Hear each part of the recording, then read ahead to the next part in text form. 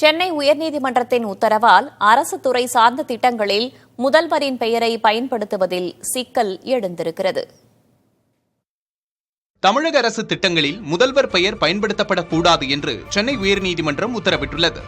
உங்களுடன் ஸ்டாலின் திட்டத்தில் முதல்வர் பெயரும் முன்னாள் முதல்வர் கருணாநிதியின் புகைப்படமும் பயன்படுத்த எதிர்ப்பு தெரிவித்து அதிமுக எம்பி சி.வி. சண்முகம் வழக்கு தொடர்ந்தார். இந்த வழக்கை விசாரித்த சென்னை உயர்நீதிமன்றம் தமிழக அரசின் திட்டங்களுக்கு அரசியல் தலைவர்களின் பெயர்களை வைப்பது ஏற்க முடியாது என உத்தரவிட்டுள்ளது. மேலும் ஆளும் கட்சியின் பெயர் சின்னத்தை பயன்படுத்துவது உச்சநீதிமன்றம் மற்றும் தேர்தல் ஆணையத்தின் உத்தரவுக்கு விரோதமானது என்றும் நீதிமன்றம் தெரிவித்துள்ளது. அதனால் தமிழக அரசு புதிதாக தொடங்க உள்ள திட்டங்கள் குறித்த விளம்பரங்களில் முன்னாள் முதல்வர் பெயரையோ முன்னாள் முதல்வரின் புகைப்படத்தையோ பயன்படுத்தக்கூடாது எனவும் கூறப்பட்டுள்ளது.